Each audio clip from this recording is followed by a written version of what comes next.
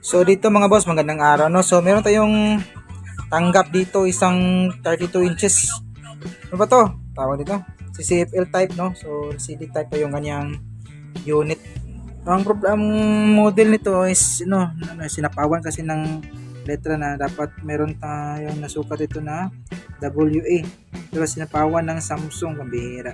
So hindi ko tuloy okay kung ano yung kanyang talagang model no. So ito naman ay yung kanyang brand. So model niya, ito yung kanyang model. Yun. So ang problema nito, meron siyang power tapos pag pina-power on mo, aangat ilaw yung kanyang backlight tapos mamamatay. So chinek natin yung kanyang supply, steady naman. So yung backlight o yung kanyang ilaw na talaga yung kanyang fluorescent yung nawawala or namamatay. So tingnan nyo, meron tayong nakabang dito na 1K resistor yan kasi pino-force on po natin or disable po natin yung kanyang protect ng kanyang backlight driver IC. So ng kanyang driver IC. So eto, naka-standby na po siya. Tingnan natin na. Naka-standby siya, pa-power on ko lang. So power on natin tapos tingnan dito natin yung kanyang ilaw. Ayan. Tingnan natin yung kanyang ilaw. O, di ba? Bumukas yung ilaw niya. Tapos, patay.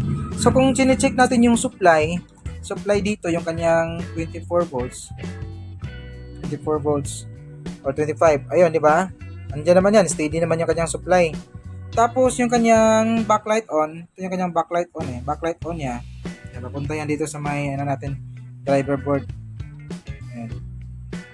Di ba? Steady po siya. 3.3. Andiyan yung kanyang backlight on.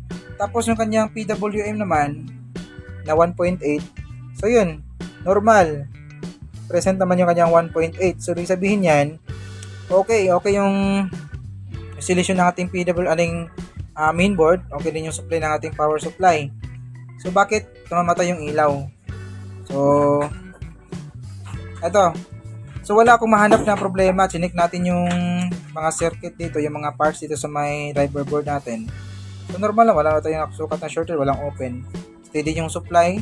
Kahit na namamatay yung ilaw, steady po siya. So, yung ginawa natin is disable po natin yung kanang protect ng ating driver IC, ng backlight driver IC ito. Hindi ko na mahanap yung number. Ang number pala nito is siya? Yan. Number nito is BD9244FB. So, search nyo lang yung kanyang pinout sa my Google. Makikita nyo yung kanyang circuit protect or CP. Sign nyo yung kanyang timer lat sa my pin number 14. Ito yung kanyang number 1, pin number 1, 12, 13, and 14. So, yung kanyang 14, yung 13 niya is fail. Tapos, yung pin number 14 natin, yan yung ating timer LUTs. So, yan yung protect natin. So, ito po siya, nakakonekta po yan dito sa may capacitor na to.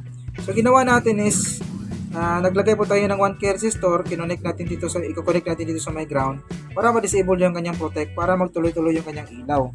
So, ito, ginawa ko na to kanina, tinanggal ko lang para makita natin yung kanyang problema talaga. So, i-connect ko yung 1K resistor from pin number 14 dito sa may driver IC natin. Pin number 14 yan. I-connect ko yun sa may capacitor na to. I-connect natin sa may ground. So, wait lang. So, ito, continue tayo. Kaya nahihinang na po natin yung resistor natin. And testing tayo. So, naka-on pa yan. So, pa-power off ko lang para back tayo sa from the start. So, naka-standby siya. Power on ko. Ito yung kanyang power button sa may lalim. So, dito tayo mag-abang sa kanyang ilaw. Kung di ba siya mamamatay. So, nakailaw na po siya. Nakailaw na yung backlight or fluorescent. So, nakailaw na siya, diba? Tingnan nyo. Hindi na po siya namamatay and steady na po yung kanyang ilaw. Ito yung kanyang ilaw. Steady na po yung kanyang ilaw. So, tingnan natin yung kanyang display. Tingnan natin yung kanyang display. Kung, pindot natin yung kanyang button. So, ito yung kanyang display. Ayan o. So, hindi na po siya namamatay. Steady na po yung kanyang picture. So, ang problema, meron siguro na-detect yung ating driver IC dito na may problema yung kanyang fluorescent, no? Kasi kung pinandar ko to kanina ng medyo mga kalating oras, sobrang init talaga ng kanyang yung frame natin. So malamang may problema na yung fluorescent natin dito. So wala na kasi tayong mahanap na ganitong pamalit natin na fluorescent para dito. So kausapin natin yung may-ari kung payag siya na convert natin to into papalitan natin ng ilaw. LED na po yung papalit natin dito, hindi na CCFL. So matrabaho tong ganito kapag nag-convert tayo ng backlight or ilaw. Tingnan natin kung okay ba yung may-ari sa magiging gastos nito, kasi medyo malalakihan siya sa gastos, no? Kasi magkabit pa tayo ng backlight tapos tsaka backlight driver, hindi natin magagamit yung kanyang driver mismo, no?